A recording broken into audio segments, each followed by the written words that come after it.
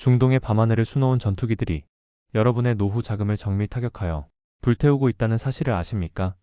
지구 반대편에서 터진 폭탄 소리를 그저 강 건너 불구경하듯 바라본다면 여러분의 인생도 곧 잿더미가 될 것입니다. 대낮에 시작된 미국과 이스라엘의 전격적이고 무자비한 이란 공습이 결국 중동 전역의 전면전으로 번졌습니다. 미국 트럼프 대통령이 최종 승인한 이 작전은 인류 역사상 가장 정밀하고 잔인한 자본주의적 타격이었습니다. 단 하루 만에 100대가 넘는 전투기와 전략 폭격기들이 쉴 새 없이 출격했습니다. 이란 최고 지도자 알리 하메네이를 포함하여 국방부 장관과 혁명수비대 핵심 사령관 등 수뇌부 48명이 즉사했습니다. 첫 24시간 동안 무려 1000개가 넘는 지하탄도 미사일 시설과 핵심 표적이 동시다발적으로 초토화되었습니다. 이란의 주요 131개 도시가 불탔고 해군 본부와 핵심 함정 10척이 그대로 바닷속으로 수장되었습니다. 평범한 대중은 이 압도적인 파괴력을 보며 영화 속 한 장면처럼 소비하고 끝냅니다. 하지만 시스템을 지배하는 자본가들은 이 화염 속에서 거대한 부의 이동을 봅니다. 미국이 왜 막대한 비용과 희생을 감수하며 이 끔찍한 전면전을 전격적으로 강행했을까요? 그것을 이해하려면 9개월 전으로 시간을 거슬러 올라가야만 합니다. 작년 6월 이스라엘과 이란 사이에서 역사상 최초의 직접 충돌이 발생했습니다. 수십 년간 그림자 뒤에 숨어서 대리 세력만 조종하던 두 국가가 마침내 전면으로 등판한 사건이었죠. 당시 미국의 B-2 전략 폭격기가 이란 본토 깊숙한 곳으로 은밀히 침투하여 GBU-57이라는 가공할 파괴력의 벙커버스터 폭탄을 투하하고 돌아왔습니다.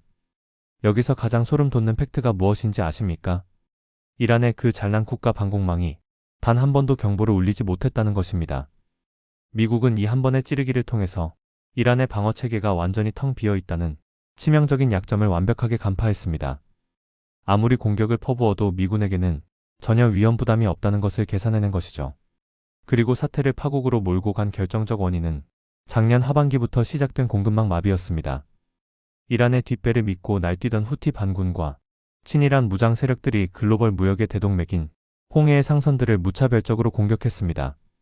배들이 수에즈 운하를 통과하지 못하고 아프리카 대륙을 빙빙 돌아서 우회하자 글로벌 해상 운임은 미친 듯이 폭등했습니다. 물류비의 폭등은 곧바로 물가 폭등으로 이어집니다. 미국 경제를 위협하는 가장 무서운 적은 외국의 군대가 아니라 인플레이션입니다. 물가가 오르면 금리를 내릴 수 없고 금리를 내릴 수 없으면 국가 경제가 멈춥니다. 미국은 자국의 패권을 흔드는 이 오만함을 절대 용서할 생각이 없었습니다. 여기에 더해 올해 1월 미국은 남미에서 기가 막힌 작전을 성공시킵니다. 남미 최대 산유국인 베네수엘라에 침투해 마두로 대통령을 소위 참수 작전으로 순식간에 체포해버린 것입니다. 이 사건으로 베네수엘라 정권은 교체되었고 미국은 막대한 석유 이익을 통째로 쥐게 되었습니다. 안전하고 통제 가능한 거대한 석유 창고를 본토 바로 밑에 확보하게 된 것입니다. 이것이 의미하는 바는 너무나도 명확합니다. 이제 중동의 석유 공급망이 파괴되어도 미국은 스스로 버틸 수 있는 체력을 완벽하게 비축했다는 뜻입니다. 중동이 불바다가 되어 전 세계가 에너지 위기에 비명을 지르더라도 미국만은 안전하다는 오만한 자신감이었죠. 때마침 이란 내부의 상황도 최악이었습니다. 작년 말부터 거세게 일어난 반정부 시위에서 이란 정부는 무고한 자국민에게 총을 쐈습니다. 정권의 정통성은 시궁창에 처박혔고 국민들의 지지도는 완전히 증발했습니다. 군사적으로도 내부 정치적으로도 바람만 불면 무너질 썩은 고목나무였죠. 그리고 마침내 이달 26일 제네바에서 마지막 핵협상 테이블이 열렸습니다. 미국은 이란에게 모든 핵 능력을 포기하고 농축 우라늄을 전량 해외로 넘기라며 국가의 주권을 포기할 것을 강요했습니다. 궁지에 몰린 이란이 이를 거부하자마자 트럼프 대통령은 기다렸다는 듯이 파멸의 스위치를 눌러버린 것입니다.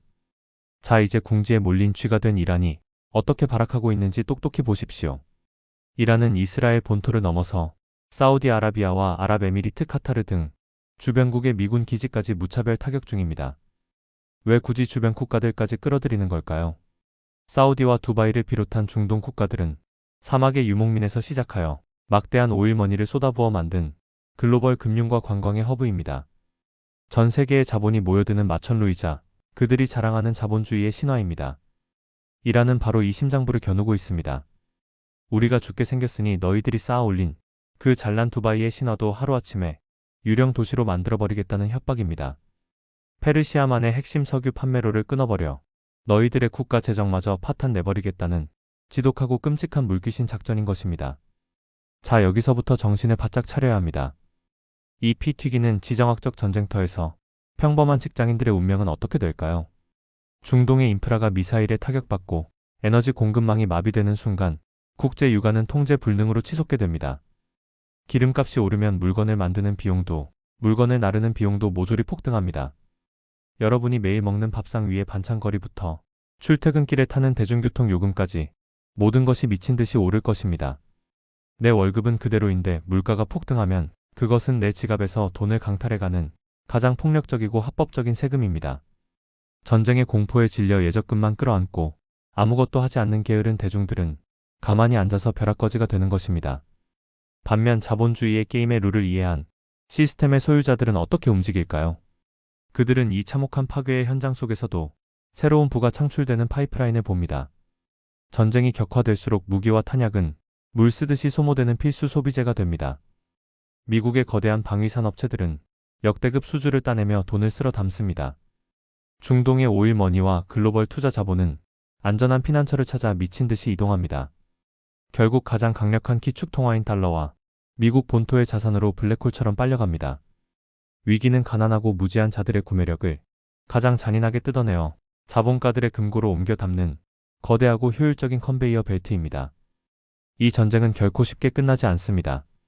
국가의 명운과 생존이 걸린 싸움에서 어느 한쪽이 완벽하게 백기를 들거나 서로가 치명상을 입고 피를 토하며 휴전을 구걸할 때까지 계속될 것입니다. 그 기나긴 고통의 시간 동안 대중의 삶은 바닥모를 심연으로 추락합니다. 여러분은 언제까지 뉴스 앵커의 멘트만 보며 안타까워하고 분노만 하실 겁니까? 당장 내일 아침부터 실천해야 할 냉혹한 자본가의 행동 강령을 제시합니다. 첫째, 계좌의 원화 비중을 과감히 줄이십시오.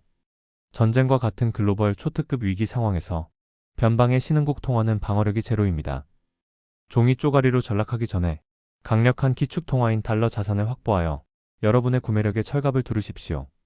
둘째, 방산과 에너지 섹터를 집중 매수하십시오.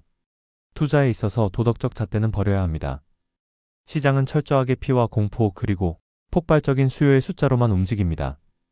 국방 예산이 증액되고 에너지가 무기화될 때 이들 인프라 기업의 가치는 하늘을 뚫습니다. 셋째, 미국 본토의 우량 자산을 모아가십시오. 세계의 화약고가 불타오를수록 글로벌 자금은 미국의 패권 아래로 숨습니다. 세상이 무너져도 굳건하게 돌아가는 미국 주도의 독점적인 시스템을 소유하십시오. 우리는 지금 부의 사다리가 박살나고 새로운 질서가 세워지는 변곡점에 서 있습니다. 위기를 기회로 바꾸는 냉혹한 실행력만이 여러분을 지긋지긋한 가난에서 구원할 것입니다. 지금까지 출퇴근길 부자공부였습니다. 지금 바로 구독, 좋아요 하시고 부의 추월차선에 올라타세요. 부와 성공이 여러분 곁으로 찾아갈 것입니다.